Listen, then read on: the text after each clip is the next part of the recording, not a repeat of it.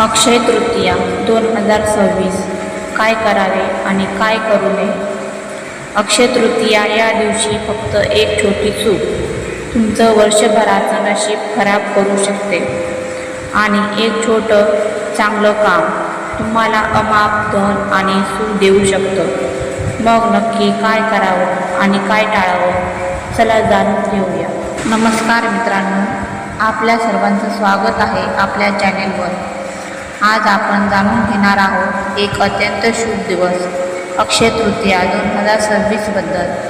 हा दिवस असा मानला जातो की या दिवशी केलेले पुण्य कधीही संपत नाही. म्हणूनच या दिवशी योग्य काम केलं तर आयुष्य बदलू शकतं. अक्षय तृतीया म्हणजे काय?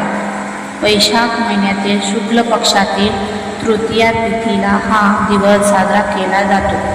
अक्षय म्हणजे कधीही न संपणारे. या दिवशी केलेले दान, जप, पूजा हे सर्व अक्षय म्हणजे कायम टिकणारे मानले जाते. या दिवशी माता लक्ष्मी आणि भगवान विष्णू यांची पूजा केल्याने घरात सुख समृद्धी येते. या दिवशी काय करावे? पूजा आणि जप करा. सकाळी लवकर उठून स्नान करून लक्ष्मीनारायणाची पूजा करा.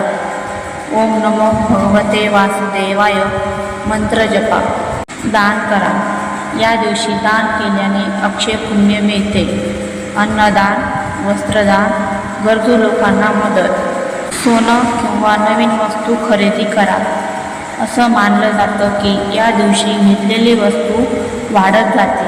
म्हणून लोक सोने, घर, गाडी किंवा नवीन व्यवसाय सुरू करतात. तुळशी पूजन करा. तुळशीला पाणी घाला आणि दिवा लावा. यामुळे घरात सकारात्मक ऊर्जा वाढते. चांगले विचार आणि संकल्प करा. या दिवशी घेतलेले संकल्प पूर्ण होतात असं मानलं जातं. खोटं बोलू नका. खोटं बोलल्याने पुण्य कमी होतं असं मानलं जातं. कोणालाही दुखवू नका. मनाने किंवा शब्दाने कोणालाही दुखवू नका. वाईट सवयी टाळा. दारू, मांसाहार आणि वाईट विचार टाळा. दान न करता राहू नका. या दिवशी काही ना काही दान नक्की करा. विशेष महत्त्व: अक्षय तृतीया हा 3.5 मुहूर्तांपैकी एक आहे. म्हणून या दिवशी कोणताही शुभ कार्य सुरू करण्यासाठी वेगळा मुहूर्त पाहण्याची गरज नसते. असंही मानलं जातं की या दिवशी श्रीकृष्ण यांनी सुदामा याला मदत केली होती.